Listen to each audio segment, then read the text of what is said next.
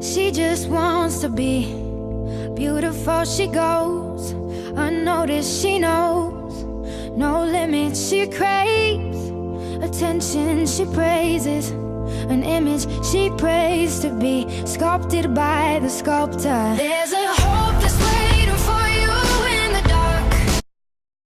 What is up, guys, and welcome to the Amazing Live episode 11. So, guys, I wanted to take this episode to actually go through something that I get asked a lot from my clients when they've been single for a while and they're starting to date again, or they just started up their fitness and they're afraid to actually go back to the gym.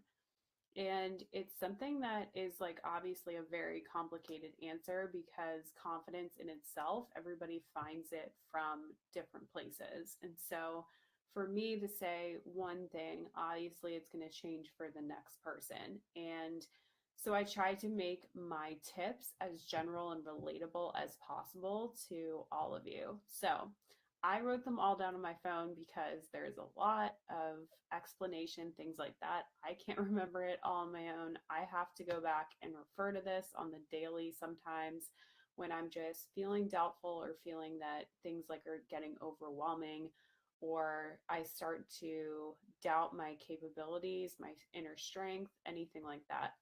So going to my phone, tip number one is to find your why.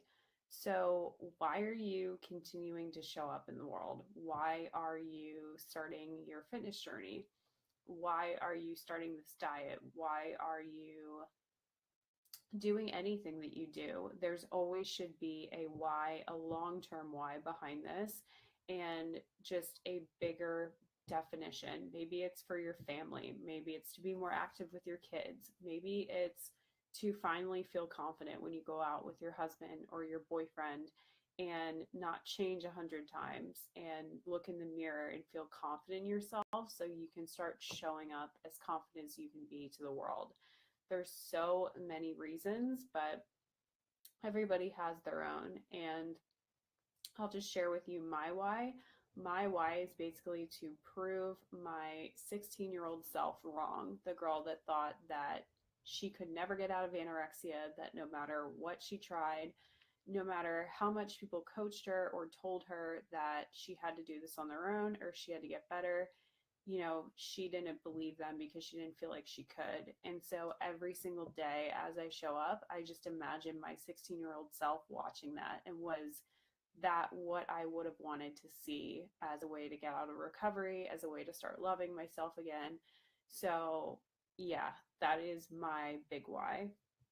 And then as my phone locks and I have to wait, tip number two is, would you say you use would you use your self-talk on a friend? So this is huge because a lot of us are very, very self-critical, especially the people that follow me. They're very like type A, they make lists, they judge themselves on every little thing, they second guess their decisions. And that can lead to a lot of negative self-talk, a lot of self-doubt, and just constant like second nature, calling yourself out on things that you are just being human, you're messing up on, or you need more help on, and you're never giving yourself some slack. So what I often ask myself is like, would I use this same self-talk to one of my friends? Would I call them an idiot? Would I call them fat? Would I, say that they aren't going to be happy unless they lose weight, or I'm not going to hang out with them unless they lose weight? Like ridiculous things that we say to ourselves that become a part of our self-conscious because we are so used to negativity. It is so uncomfortable for people to be positive. So third thing is to treat your body like a garden and not like a disposal. So, anywhere from macros to keto to counting calories, everybody has a different belief about, their own eating habits, things like that. Everything is amazing in moderation. Do not get me wrong. But when you take macros to the point where you're only worrying about hitting your numbers and you're not worried about getting in the necessary vitamins, micronutrients, things like that, that food offers us, amazingly, food that we can get from the ground, that's when it starts to become a habit of just shoving anything down our mouth, not considering ourselves with gut health, things like that, that over time does build up. So, this is something that I started to focus on a lot when it came to eating, and not just eating for numbers, but eating more for nutrients. So that's what I mean. A garden is something that you would tend to, that you would look after, that you would make sure that everything was okay, that you would, make sure that you were feeding it the right, seeds. I don't fucking garden, so I'm not going to try to act like I do. But you know what I mean? Just go for more nutrient based foods and not just eat for numbers and calories. So, fourth thing is to find a fitness that you look forward to. So, this is huge. And I know that people look at lifting, they look at HIIT cardio and all the things that I'm really into. And they're like, how the fuck do you look forward to that? And there's some days that I don't, but the majority of the day, when I think of lifting, when I think about picking up a barbell or dumbbells or just lifting super heavy or making a new PR, I'm obsessed. I love it. I literally could do it every single day. Obviously, right now, because of my hormone issue, I'm a little restricted, but it's something that I just always loved doing and I've never gotten sick of. So if that's dancing for you, if that's doing circuit training, if that's doing spin class, like find something that you look forward to, but is also going to bring you to tip number 5, which is finding a combination that's also going to get you to where you want to be. So if you're unhappy with your body, there's no shame in that, but you can still love yourself in this body no matter what. And this is kind of a hard concept for people to grasp because they're like, well, if you're chasing after another body, then you must not love yourself. Well, that's kind of not true, because you can love yourself enough to go after what you know you're capable of getting, and you know what you want, and saying to yourself, well, I think that there's always room to improve and there's always room to evolve, which is so true. But you 20 pounds heavier, 20 pounds lighter, are still the same person. So don't mistake that for you being a better person by being this different weight or different body or different size. You are still literally the same person. It's just you wanting to better yourself. Maybe you don't feel good at 20 pounds heavier or 20 pounds lighter, and your goals change all the time depending on how you feel, because that affects how you show up in the world and how you're able to perform at work or with clients or whatever you do as a full time. So that brings me to number 6, which is to live your life, habits, etc., like it was being broadcasted. So I am probably the worst example sometimes, but like there's days where I literally won't make the bed. Kathleen, hell yeah, thank you for agreeing. There's days where I won't make the bed. There's days where I won't pick up after myself, where I leave shit around the house, where I just leave out food, where like I can be a hot mess, especially when I have a lot of shit to do. That is like the first thing that goes, is me like picking up after myself and things like that. So that's not something I'm proud of and that you guys should follow an example, but I know that it makes me feel twice as better when I, wipe everything down, when I put things away, when I make the bed, when I fold stuff and put it away, rather than just leaving it out. Because Grant says this all the time, but like haste makes waste. And even though it's not affecting you right now in this moment, you're going to have to do it later. So you might as well do it now. And knowing that, like, say I was being broadcasted and like all these people were watching me do this, like that's not an example I would want someone to follow suit with. So you just always have to live your life like someone has a camera on you all the time, and that you, not necessarily like you can't slip up, but that you just naturally are starting to create these awesome habits for yourself, like you were leading someone else or trying to set an example for the people watching you. So, number 7 is to take the focus off of yourself. So you're like, what? This is all about building confidence in yourself. So you have to focus on yourself. And that's totally not true. I think the most that I've ever felt confident is when I help other people and when I connect with other people, when I share my story, when they hear my story and they feel like they can connect with me all of a sudden, or they leave our conversation and they feel like they can do anything. That makes me feel more confident than, any amount of income, any amount of business growth or likes or following or like any of the stupid shit that we have like grown to just idolize. And I just think that as soon as you take the focus off of yourself and you channel that energy towards helping other people, it makes your problems most of the time and your insecurities so much smaller when you realize how many other people are struggling either with the same issues or most of the time with worse. It's like the saying, like, if you and your friends were to put your problems in a bucket, you would want your problems back. It is literally the same thing. So tip number 8 is to find an outlet. So this is also something that I'm trying to work through. Because I work from home, there are days where I will have a full schedule built out and I'll want all these things done by the end of the day. And I will say, okay, well, at 7 o'clock or 8 o'clock, I'm going to stop and I'm going to do this. And it can be anything like creating a vision board, drawing, because I used to be in design, so I like to do that. Collaging, working on my Pinterest board, which is part of my vision board.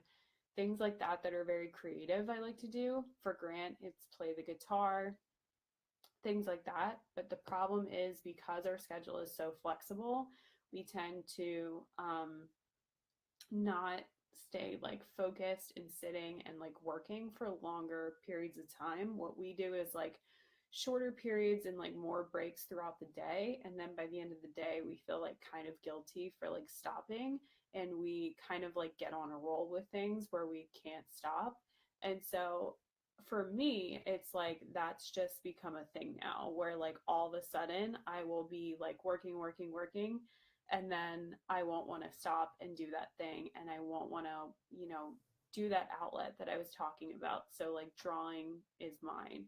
So drawing is something that I want to pick up again and I want to start writing again. There's other hobbies that I want to get back into, but make sure that you always have an outlet. You always have something other than your profession or what you do, because it can be so easy for you to be so passionate about what you do that you're like, oh, well, this is my hobby. This is like my, outlet, but it's still a time where you're thinking about productivity, where you're thinking about serving the consumer or your client, and you're not focusing on yourself and you're not just relaxing, unwinding, not putting any expectations on yourself and just like doing something to take your mind off work.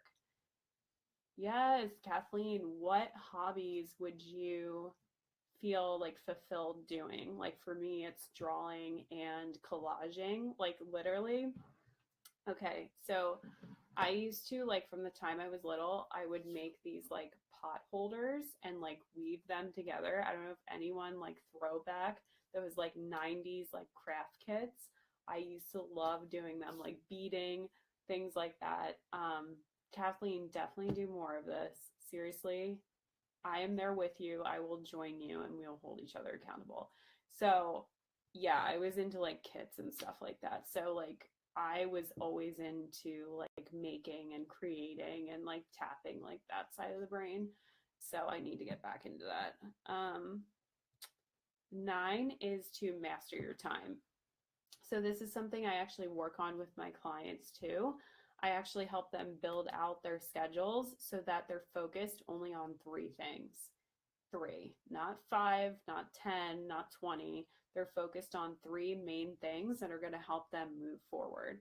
So these 3 things fall into the categories of body, which is obviously moving, everything we talked about, so that you can show up more powerfully at your job, whatever you do for a living. Body, balance, and business. So balance obviously is the things that you enjoy doing, which we just talked about, like painting, writing, collaging, pot holder making, whatever we just talked about. And business is obviously what you do full time, what you do to make a living, and just combining those 3 and making sure that your schedule covers all of them. So I call it like the triple B schedule. It is like literally the perfect amount of all of those buckets that you could be filling while still moving forward in your goals and your business goals, things like that. So I really hope that you guys stick to those guidelines throughout your day and you're not over scheduling yourself and like being busy and not productive. So 10 is to have a vision. So this goes back to number 1. That's why I kind of made it the last thing to talk about. But basically, your vision is your overarching goal, your why, but also like not just your source of motivation, but what long-term you are working towards. So for me, I eventually want to get to a place where I am providing proper education to like public schools about eating disorders, about like marketing and how to avoid like comparing themselves to other women and like body image. I don't know how that's going to look, but like I want to basically get to the point where eating disorders are being treated, they're being taken seriously by health insurance, they're being covered by health insurance, because my treatment was all paid by my parents. Nothing was covered by health insurance, not even my nutritionist. So like I want my message about like body positivity and like eating disorder awareness and like things like that to be so strong that I have some kind of influence on like health insurance and making sure that that's covered, and also like preventing them in the first place. So whether that's like the education in public schools or doing something with like marketing and advertising. So yeah. But those are my 10 tips. I hope you guys like found that helpful. If you did, make sure to share this video with somebody you think could use any of the advice that I mentioned, because it can be so easy to say that you are confident or you know what you do, you know what to do to build confidence, but you know, life gets in the way. We slip sometimes, either with our fitness, you know, the way we're taking care of ourselves, the people we're surrounding ourselves with, our negative self-talk, and there can always feel like there's something missing. So I wanted to just kind of make like a checklist for you guys to just run through in your brain when you're feeling like super doubtful, self-conscious, insecure, all the things. So I'm going to leave that actually in the comments for you guys, the list that I just went through, just bullet points, things like that. But if you have any questions, feel free to reach out to me. I love doing lives. And guys, you know another episode is going to come tomorrow night. So I hope you're pre-gaming already, because I'm excited. You should know you're beautiful.